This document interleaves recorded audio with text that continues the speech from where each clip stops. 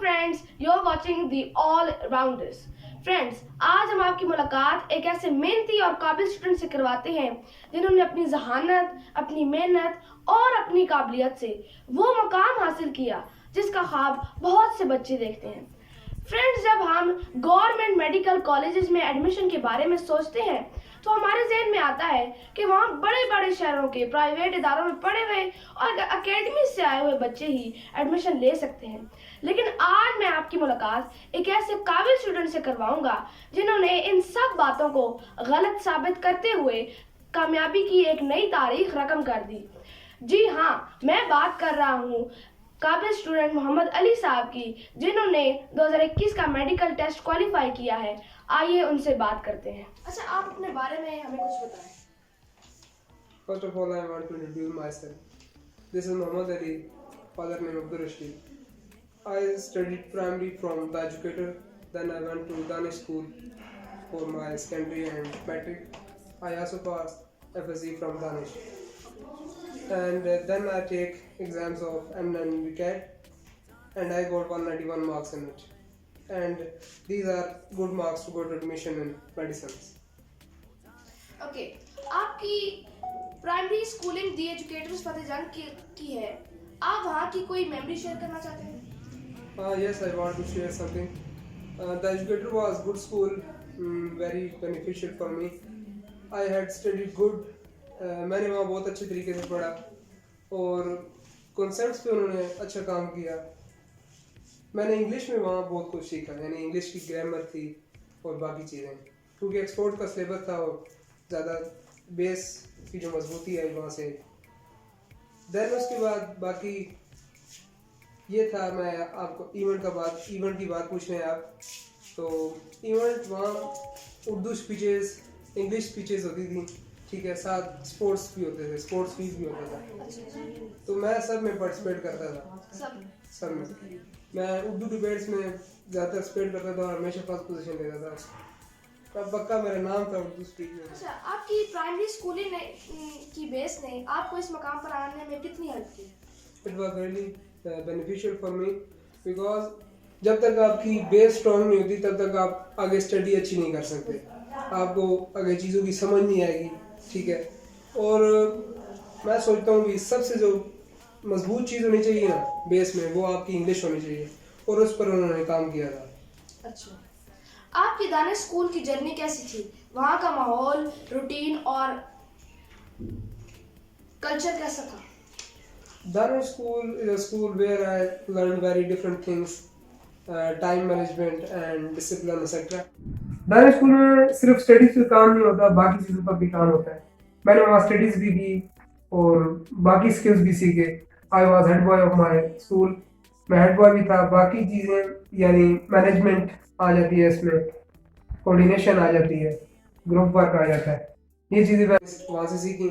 I was good in sports भी मैं करता था स्कूल में। और दानिश स्कूल का रूटीन मैं आपको बता दूँ भाई, routine was so busy and helpful. Busy और हेल्पफुल इस तरह भाई, आप सुबह से लेकर शाम तक मसरूफ रहते हो। अच्छा। नमाज पे बहुत पाबंदी है, यानी नमाज पक्की 5 आपने पढ़नी है। उसके बाद आपके स्टडीज़ का जो पीरियड है, स्टडीज़ का वो टाइम है, उस पर कोई कंप्रोमाइज़ नहीं, उस पर बहुत स्ट्रिक्टनेस है, यानी आपकी स्टडीज़ पे ज़्यादा फोकस किया जाता है। उसके अलावा आपकी पढ़ाई पर रेगुलर एक्टिविटीज़ हैं, उन पर भी फोकस किया जाता है दानिश स्कूल में। आप रूटीन के बारे में पूछ रहे थे, तो रूटीन चेंज होती रहती थी, लेकिन मैक्सिमम जो टाइम था ना वो स्टडीज़ को मिलता था, क्योंकि हमारी साथ प्रेप्स भी होती थी और प्रेप्स में भी हम पढ़ते थे, सीखते थे। और यही है भी, टाइम जो था ना एफिशिएंटली यूज़ हो रहा था दानिश स्कूल। ठीक है। एफएससी के स्टूडेंट को किस टाइम टेबल और टाइम मैनेजमेंट से पढ़ना चाहिए ताकि मेडिकल में जाना और एंट्री टेस्ट पास करना मसला ना रहे? एफएससी जितनी आपकी स्ट्रॉन्ग होगी ना जी, उधर आगे आपको वैसी कामयाबी। अभी आप ये पूछ रहे हैं भी एफएससी में किस तरह स्टूडेंट को काम करना चाहिए, तो इस तरह काम करना चाहिए भी।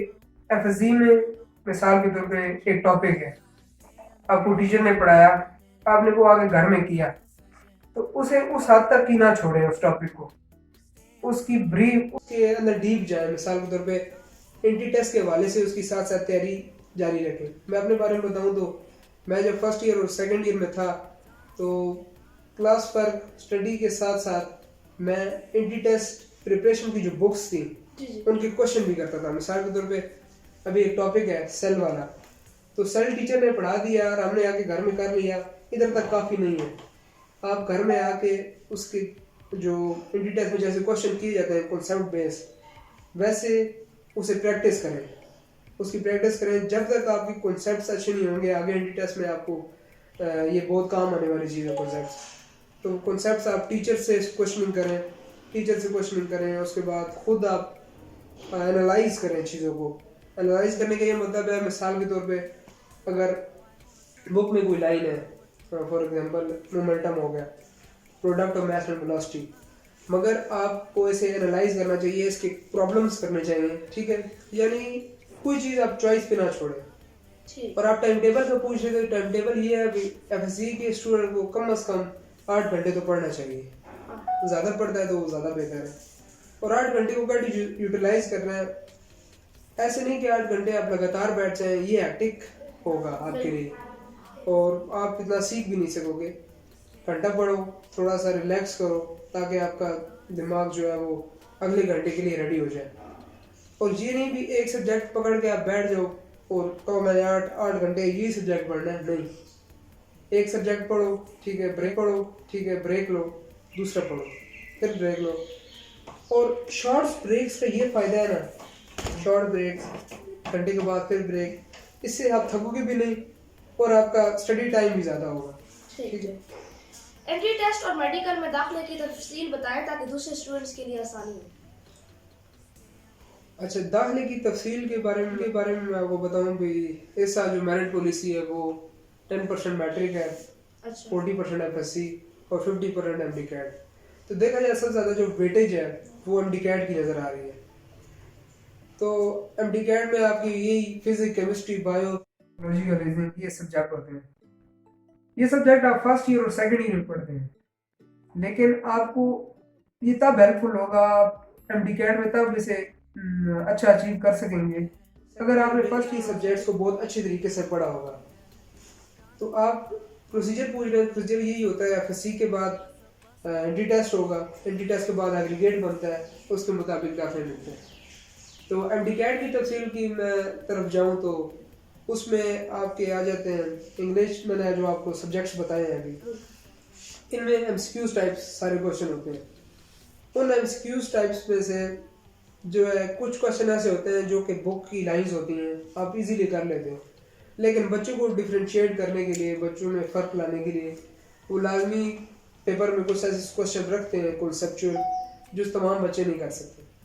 वो बच्चा वही कर सकेगा जो कॉन्सेप्ट देते होंगे या जिसने किताब की हर लाइन पढ़ी हो, ये ज़्यादा नॉलेज होगा चैप्टर के बारे में या उन थिंग के बारे में।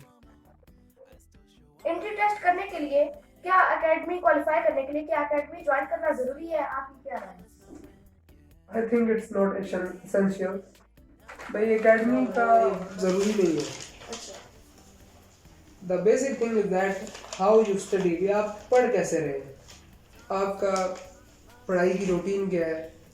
एकेडमी में एक ये फ़ायदा हो जाता है आपका, भी आपको चीज़ों के बारे में थोड़ा एनालाइज कर लेते हैं, अभी इंट्री टेस्ट कैसा आने वाला है, क्योंकि वो पुराने इंट्री टेस्ट जो होते हैं उनके थोड़ी तैयारी करते हैं, कॉन्सेप्ट बेस्ड क्वेश्चन जो होते हैं उन पर वो थोड़ा फोकस करते हैं ताकि बच्चों ने जो पहले क्वेश्चन नहीं देखे होते कॉन्सेप्ट बेस्ड उन्हें देखें और बच्चों को थोड़ा समझ आ जाए भी कैसे क्वेश्चन किए जाते हैं घुमा फिरा कर।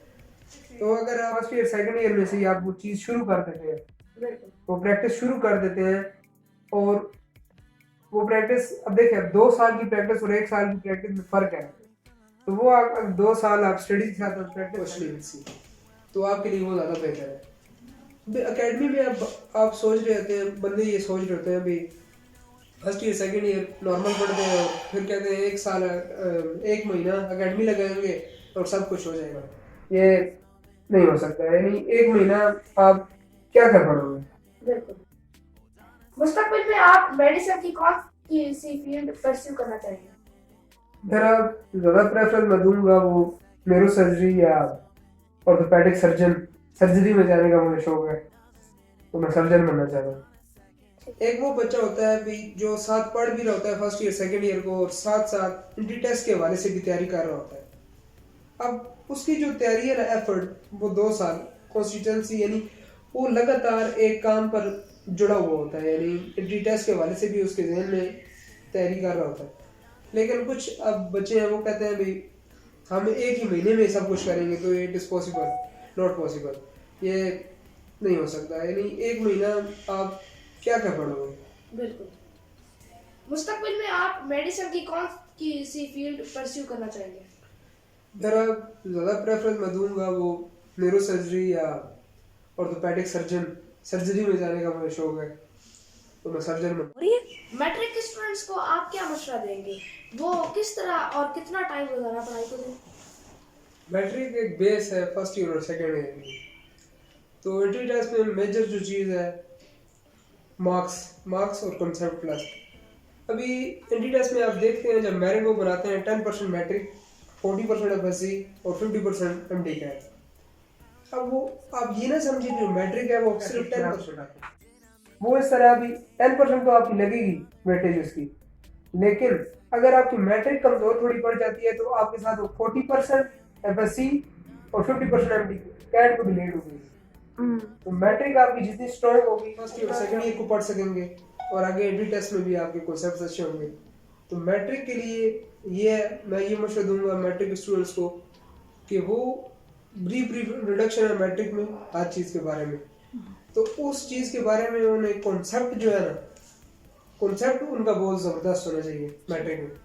उसके अलावा मैट्रिक के स्टूडेंट को कितना पढ़ना चाहिए? तकरीबन 7 से 8 घंटे पढ़ना चाहिए, और मैट्रिक के स्टूडेंट को ये नहीं करना चाहिए कि एक सब्जेक्ट को ज़्यादा टाइम दे दूसरे को कम। फिजिक्स, केमिस्ट्री, बायो और इंग्लिश, ये जो इम्पोर्टेंट सब्जेक्ट्स हैं मेडिसिन वालों के लिए, उनको ये मैट्रिक से ही टाइम देने की आदत डालें, ज़्यादा टाइम देने की आदत डालें। मिसाल के तौर पे बायो को 1.5 घंटा दे रहे हैं, ठीक है, केमिस्ट्री को घंटा दे रहे हैं, फिजिक्स को दे दें, और इनके साथ जितना इन टच रहेंगे इन सब्जेक्ट से मैट्रिक में, तो आगे इतना फ़ायदा होगा एफएससी में आपको। स्टूडेंट्स अपना पेपर कैसे अटेम्प्ट करें? देखिए अभी इंट्री टेस्ट में 50% इंट्री टेस्ट है और 40 + 10 50% आपके मार्क्स हैं मैट्रिक और एफएससी के। तो जब तक आपकी पेपर अटेम्प्टेशन अच्छी नहीं होगी तब तक आपको मार्क्स नहीं मिलेंगे, और जब मार्क्स नहीं होंगे तो आपका मेरिट डिक्रीज हो जाएगा। तो ये बहुत ज़रूरी है आपका पेपर अटेम्प्ट कैसे हुआ है। अटेम्प्टेशन में सबसे पहले आपकी आ जाती है प्रेजेंटेशन, आप क्वेश्चन को प्रेजेंट कैसे कर सकते हैं। दूसरी, वो जो एग्जामिनर चीज़ देख रहा होता है वो टू द पॉइंट जो है ना आंसर, वो उसे पसंद करते हैं। वो उन्हें भी मसला नहीं करता चेकर्स को, और बच्चे को भी टाइम मैनेजमेंट में मसला नहीं आता अगर वो टू द पॉइंट लिखेगा। अभी मिसाल के तौर पे वो किसी चीज़ के बारे में पूछ रहे हैं, मिसाल के तौर पे वो क्वेश्चन करते हैं what is the name of internal membrane of mitochondria, तो आप शुरू हो जाओ लिखना माइटोकॉन्ड्रिया ये काम है उसका, वो फंक्शन, ये चीज़ें शुरू हो जाओ, तो वो जो चक्कर है उसे भी तंग करेगा। फिर मैंने जो चीज़ पूछी थी उसका इसने जवाब नहीं दिया, टू द पॉइंट। जो चीज़ पूछी जा रही है उसका आंसर किया जाए, और इन बेटर वे इस तरह आंसर किया जाए कि जो चक्कर है उसे वो चीज़ अट्रैक्ट करे। कैसे, अगर आपको मिसाल के तौर पे उसके बारे में कुछ एक्स्ट्रा पता है तो बुलेट्स बना के साथ लिखते हैं, ठीक है, पेपर आपका एक लेवल में हो, बैलेंस में हो, यानी मार्जिन अच्छे हो, ठीक है, हेडिंग्स अच्छी हो, नीटनेस हो। अभी आप देखें, मैं एक और आपको चीज़ बता दूँ भाई, आप एक नीट सफ़ा देखते हैं जिसपे साफ लिखा हुआ है, और एक सफ़ा आप देखते हैं जिसपे बुरा लिखा हुआ है, यानी थोड़ा प्रेजेंट अच्छा नहीं हुआ, तो आपका अट्रैक्शन कहाँ होगी? अच्छे वाले। यही बात है। अब जब आपका पेपर अच्छा अटेम्प्ट होगा तो एग्जामिनर जो चेकर है उसका भी दिल करेगा आपको मार्क्स देने का, ठीक है, और जितने बेटर वे में आप एक्सप्लेन करेंगे अपना आंसर उतना उस पर अच्छा इम्पैक्ट पड़ेगा, और जितना अच्छा इम्पैक्ट पड़ेगा उतने वो आपको मार्क्स अलॉट करेगा। आप किस मेडिकल कॉलेज में जाने पर ज़्यादा खुश होंगे?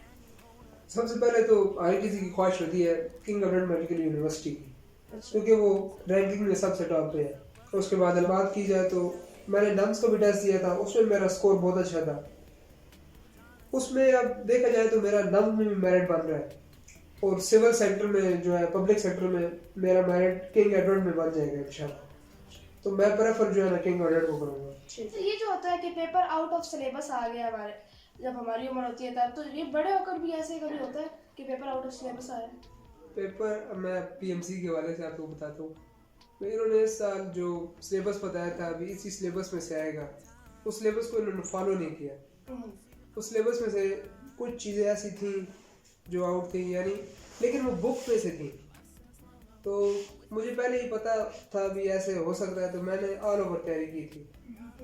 यानी इस साल जो हुकूमत ने स्मार्ट सिलेबस कर दिया था, कहा था भी कुछ टॉपिक्स हैं और कुछ नहीं है।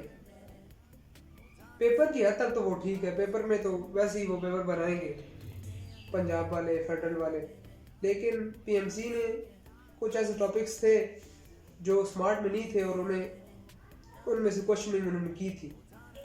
अब बच्चे वो एक जो महीना होता है उसमें वो चीज़, क्योंकि टाइम लिमिटेड होता है, तो बच्चों का ये होता है भी तैयारी शॉर्ट टाइम में शॉर्ट की जाए, शॉर्टकट्स को अपनाया जाए। लेकिन नहीं, मैंने टाइम ज़्यादा लगाया लेकिन चीज़ छोड़ी कोई नहीं। तो ये बात मैं आपको बताता हूँ भाई, टाइम बेशक अभी आपके पास टाइम है, जितने भी स्टूडेंट्स हैं, मैट्रिक वाले हैं, वसी वाले, अभी आपके पास टाइम है, तो अभी से सारी चीज़ें करने की कोशिश करें, चॉइस पे कोई चीज़ ना छोड़ें। और ये है भी पीएमसी में भी ऐसे बच्चों ने जिन्होंने चॉइस पे छोड़ा था या पीएमसी के सिलेबस को फॉलो करके सारी चीज़ें नहीं की थी, उन्हें डिफ़िकल्टीज़ का सामना हुआ टेस्ट में। वो कह रहे थे भाई आगे आउट ऑफ सिलेबस है, आउट ऑफ सिलेबस तो था, लेकिन अभी उनके पास इतनी पावर अथॉरिटी नहीं कि वो पीएमसी को चैलेंज करें। इधर वो ही कामयाब हो गए हैं जिन्होंने ऑल ओवर तैयारी की थी, सिलेबस को फॉलो किया था और सिलेबस से हट के भी जो चीज़ें थी वो भी पढ़ी थी, बुक को सही स्टडी किया था। जो भी इंटी टेस्ट के लिए जो भी स्टूडेंट्स हैं, मैं उन्हें यही मशवरा देता हूँ कि बुक्स जो है ना उन्हें पी जाए खोल के, और उनकी हर लाइन का मतलब आपको पता हो। बुक्स की अगर कोना हर 7 बॉक्स बने होते हैं, टेस्ट इंफॉर्मेशन होती है, वो भी ना छोड़े, ठीक है। और आखिर पे चैप्टर के आखिर पे कॉन्सेप्चुअल क्वेश्चंस होते हैं, एक्सरसाइजेस होती हैं, फेडरल में ज़्यादा होती है ये, तो इसे भी फॉलो करें। अब मेरा ज़ाती एक्सपीरियंस ये था, अभी मैं फेडरल भी साथ साथ पढ़ रहा था। अब एक टॉपिक मिसाल के तौर पे बायो को ही ले ले भाई, क्लोरोप्लास्ट, अब ये पंजाब में और तरीके से उन्होंने एक्सप्लेन किया है, फेडरल में और तरीके से एक्सप्लेन किया है। तो कुछ चीज़ें ऐसी हैं जो फेडरल वाले लिख देते हैं, पंजाब वाले नहीं लिखते, और कुछ पंजाब वाले लिख देते हैं, फेडरल वाले नहीं लिखते। तो मैंने वो चीज़ें हाईलाइट कर ली थी, उन्हें मैंने सिर्फ हाईलाइट, ताकि एंटी टेस्ट से पहले मैं सिर्फ वो चीज़ें दे चुकूँ जो डिफरेंट है। बाकी सिमिलरिटीज़ को तो वो एक किताब पढ़ता बंदा कर लेता है, जो डिफरेंसेस थे मैंने वो भी नहीं छोड़े, वो डिफरेंसेस पे मैंने काम किया, ठीक है।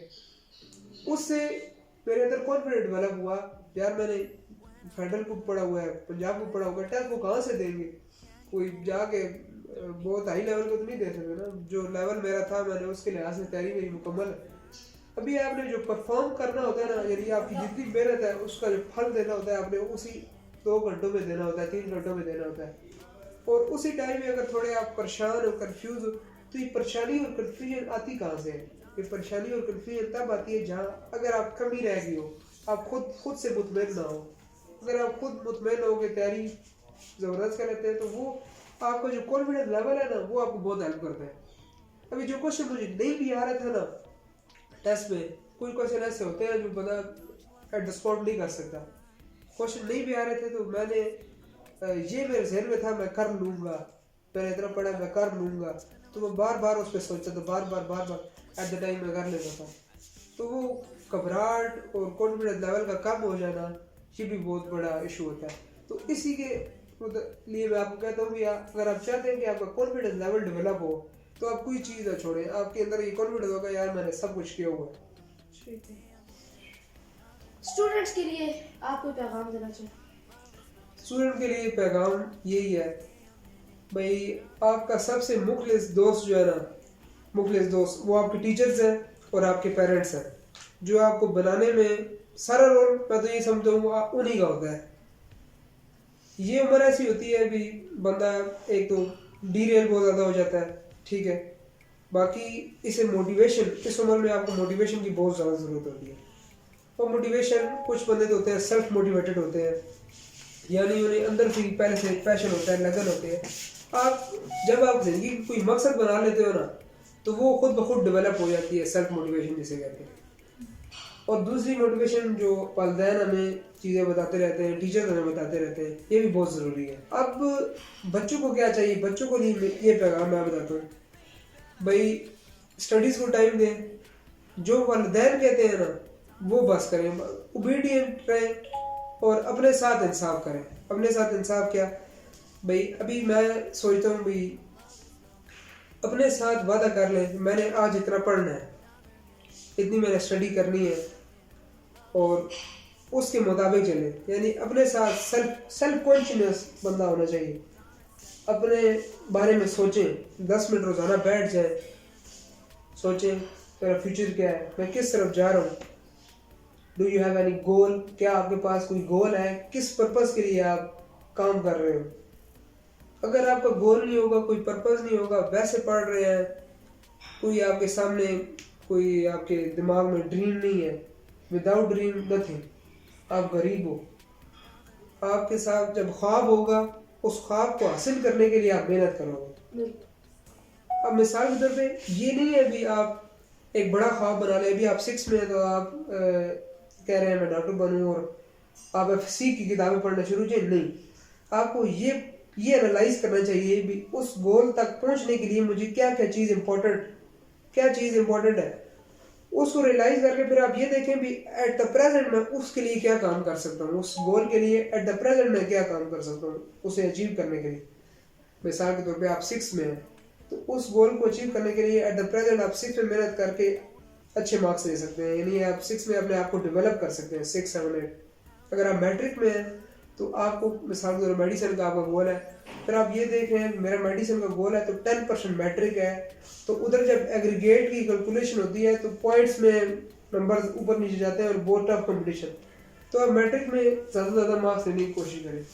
यानी अगर शुरू से आपके जहन में एक ड्रीम होगी, गोल होगी, मेडिसिन नहीं, इसके अलावा और कोई फील्ड्स हैं उसके लिहाज से, तो आपको सेल्फ मोटिवेशन मिलती रहेगी, नहीं मैंने करना है ये। और वालिदैन भी आपके साथ फुल ज़्यादा, सबसे ज़्यादा जो सपोर्ट करता है ना इंसान के साथ, बच्चे के साथ, वो वालिदैन और टीचर्स करते हैं। हम इस उम्र में ज़्यादातर ये आता है भी टीचर्स बात बताते हैं और 2 दिन बाद हम भूल जाते हैं, मोटिवेट करते हैं, नहीं, रोज़ाना वो बात सोचो।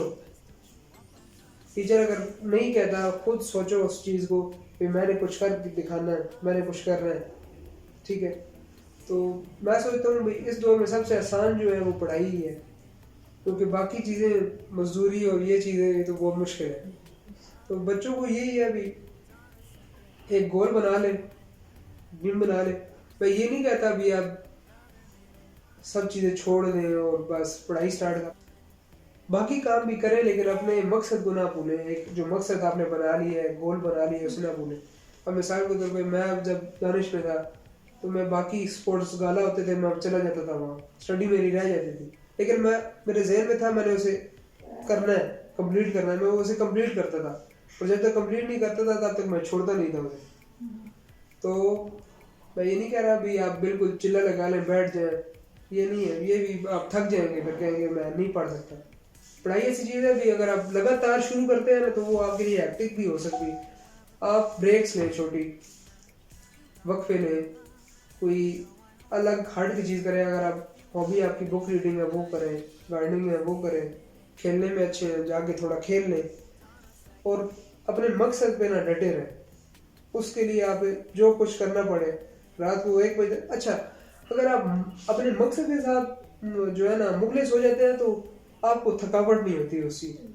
रात को आप 1 बजे तक बैठेंगे, आपको थकावट नहीं होगी, काम करेंगे, वो खुशी मिलेगी आपको, यार मैं अपने मकसद के लिए काम कर रहा हूँ। अच्छा, आपकी बातों ने मुझे बहुत ज़्यादा मोटिवेट किया और इंशाल्लाह हमारे व्यूअर्स को भी किया होगा।